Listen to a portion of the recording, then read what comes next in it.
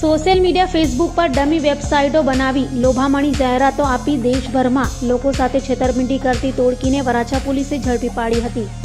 Facebook પર બાબો baby Khilona kids નામથી વેબસાઇટ શરૂ કરી મોંઘા રમકડા માત્ર 389માં વેચાણની જાહેરાત મૂકી ઓનલાઈન ટ્રાન્સફર મેળવી ડિલિવરી નહીં કરી વધુ રૂપિયા પડાવતી ટોળકીના 3 આરોપીઓ જેમાં નિખિલ હસમુખ સાવલિયા,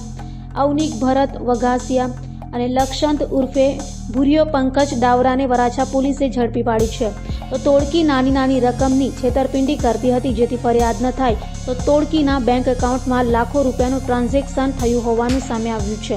હાલ તો વરાછા પોલીસે આ ટોળકીથી છેતરાયેલા લોકોને પોલીસનો સંપર્ક કરવા જણાવ્યું છે। સુરત શહેરના વરાછા પોલીસ સ્ટેશન વિસ્તારમાં બાબો બેબી ખિલોના ઓનલાઈન વેબસાઇટના નામે ₹389 યુપીઆઈ આઈડી આપી અને જમા કરાવી અને છેતરપિંડી થયા અંગેની ફરિયાદી સાગરભાઈ મનોજભાઈ જોશી નાઓએ પોલીસ સ્ટેશને આવી અને પોતાની સાથે છેતરપિંડી અને ઓનલાઈન ચીટિંગ થયાની ફરિયાદ આપતા વરાછા પોલીસ સ્ટેશનના પીઆઈશ્રીએ ફરિયાદ નોંધી અને તાત્કાલિક આ ગુનાની તપાસ હાથ ધરતા આ ગુનાના કામે કુલ 3 ઇસમોને પોલીસે કસ્ટડીમાં લીધા છે અને પૂછપરછ તપાસ ચાલુ છે। સમગ્ર ઘટનાની હકીકત જોતાં આરોપીઓએ બાબો બેબી ખિલોના ઓનલાઈન એ વેબસાઇટનું પેજ ફેસબુકના મીડિયમ ઉપર મૂકી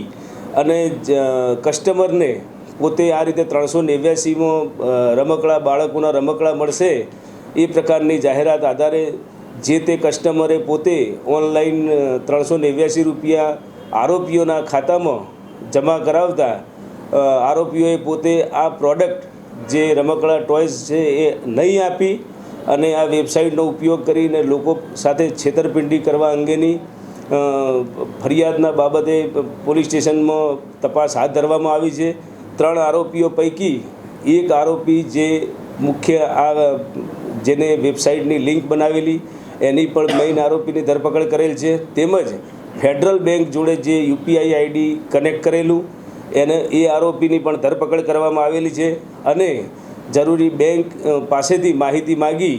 અને ખરેખર આ ગુનામાં કેટલા આરોપીઓની કેટલા કસ્ટમરોની સાથે છેતરપિંડી થયેલ છે તે બાબતે તપાસ ચાલુ છે। કુલ ₹13,83,597 આ એકાઉન્ટમાં જમા થયા છે, એટલે 389 પ્રમાણે ગણીએ તો 3,000 આજુબાજુ કસ્ટમરો જોડે ઓનલાઈન